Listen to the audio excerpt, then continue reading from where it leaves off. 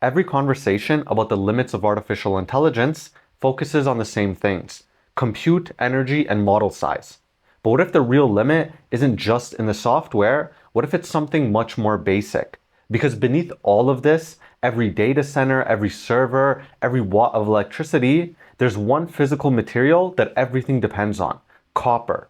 And copper is a metal that carries power through every system AI runs on. And right now, we're heading towards a shortage so severe that S&P Global has called it a systemic risk to technological progress itself.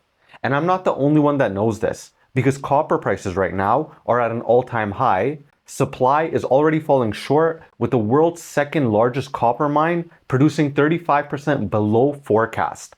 And the companies building the AI infrastructure that's supposed to define the next decade are already outbidding electrical utility companies for the copper components they need.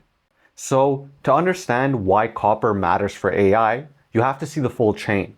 An AI model needs compute. Compute is like the energy that allows the AI to function. And the thing about compute is that it lives in data centers. Those data centers need enormous amounts of power, but that power doesn't just appear. It has to be generated, transmitted across the grid, and delivered to the building. And every step of that process relies on copper, from the power lines to the transformers to the wiring inside the servers themselves. Copper is everywhere. And once you start looking at the scale, it gets extreme. A single large data center can require tens of thousands of tons of copper just to operate. And that doesn't even include the grid infrastructure needed to power it. And the more powerful AI gets, the more copper it needs. New systems are pushing higher energy density, more heat, and more complex coding, all of which increase the amount of copper required per facility. So demand isn't just growing, it's accelerating. A study of Microsoft's $500 million data center in Chicago found it used 2,100 tons of copper. Schneider Electric calculates that a single 1 gigawatt data center, the kind that companies like Microsoft, Google, and Amazon are now planning, requires approximately 65,000 tons of copper. By 2035, data centers could lock up more than 4.3 million tons of copper, equivalent to the annual production of the 5 largest mining operations combined. But AI isn't the only thing demanding more copper. It's competing with everything else that's trying to electrify at the same time.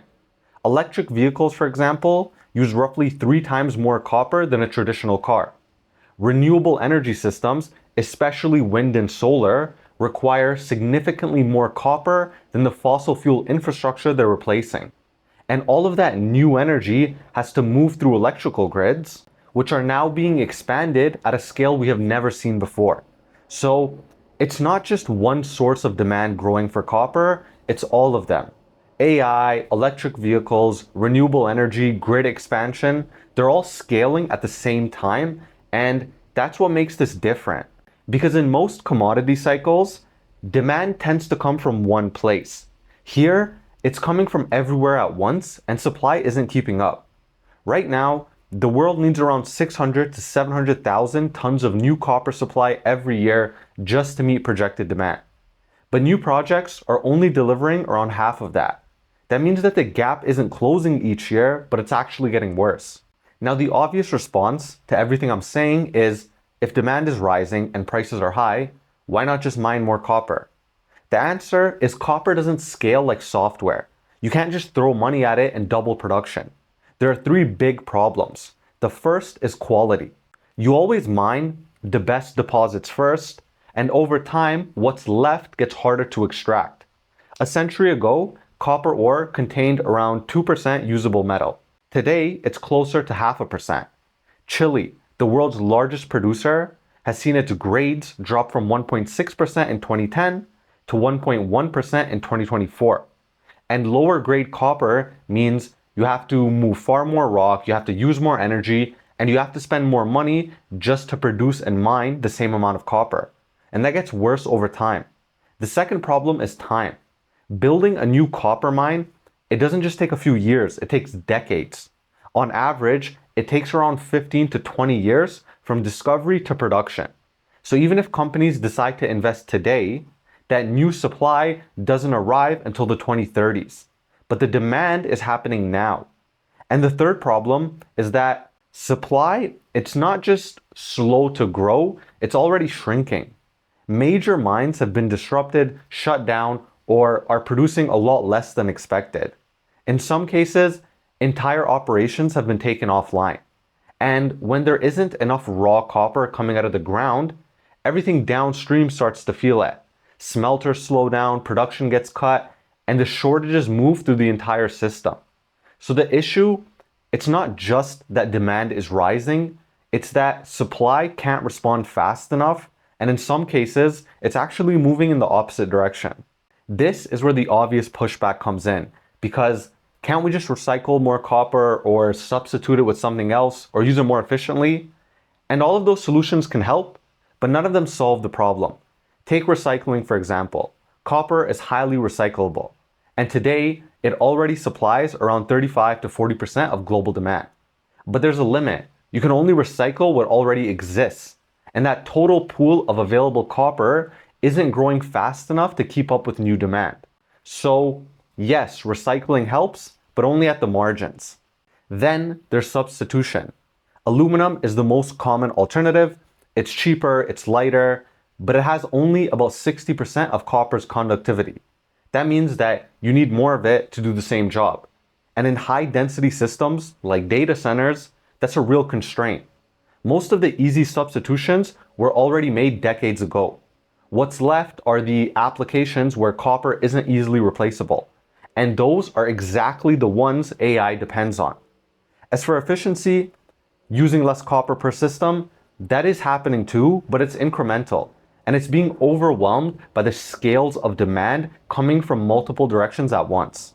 So while there are ways to reduce pressure, there's no clean substitute, and that's the problem. So what does a copper-constrained world actually look like? First, data center expansion slows. Not because companies don't want to build, they're already investing hundreds of billions, if not trillions, but because the materials needed to build fast enough aren't available. HP has already warned that supply chain issues are a genuine roadblock affecting its 2026 profitability, and we're already starting to see early signs of that. Second, the cost of AI goes up. If copper becomes more expensive, everything built on top of it becomes more expensive too. Data centers, infrastructure, and ultimately the cost of compute itself. That cost flows through to cloud services, AI products, and the businesses that rely on them. So the physical cost of AI would start to rise. And third, the geopolitics would get a lot more complex. Right now, China refines over 45% of the world's copper and has tight export controls on critical minerals, creating a dual pricing market where Western manufacturers have to pay premiums of up to 300%. Chile, Peru, and the Democratic Republic of Congo are demanding higher royalties and greater state participation in mining projects. Countries that control copper deposits are discovering the same leverage that oil-producing nations wielded in the 20th century. And when access to a critical resource becomes strategic, competition starts to intensify. So this isn't just a supply issue. It's a constraint that starts to reshape how fast AI can grow, how much it costs, and who controls the infrastructure behind it. For a long time, the conversation around AI has been dominated by intelligence, how smart the models can get and how fast they can improve. But intelligence, without the infrastructure to make it happen, is just an idea. Every model needs a data center, every data center needs power, every watt of power needs a wire, and every wire needs copper. So the limits on AI may not just be how advanced the software becomes, it may be how fast the physical world can keep up. Because at some point, progress doesn't just depend on better code, it depends on what you can actually build.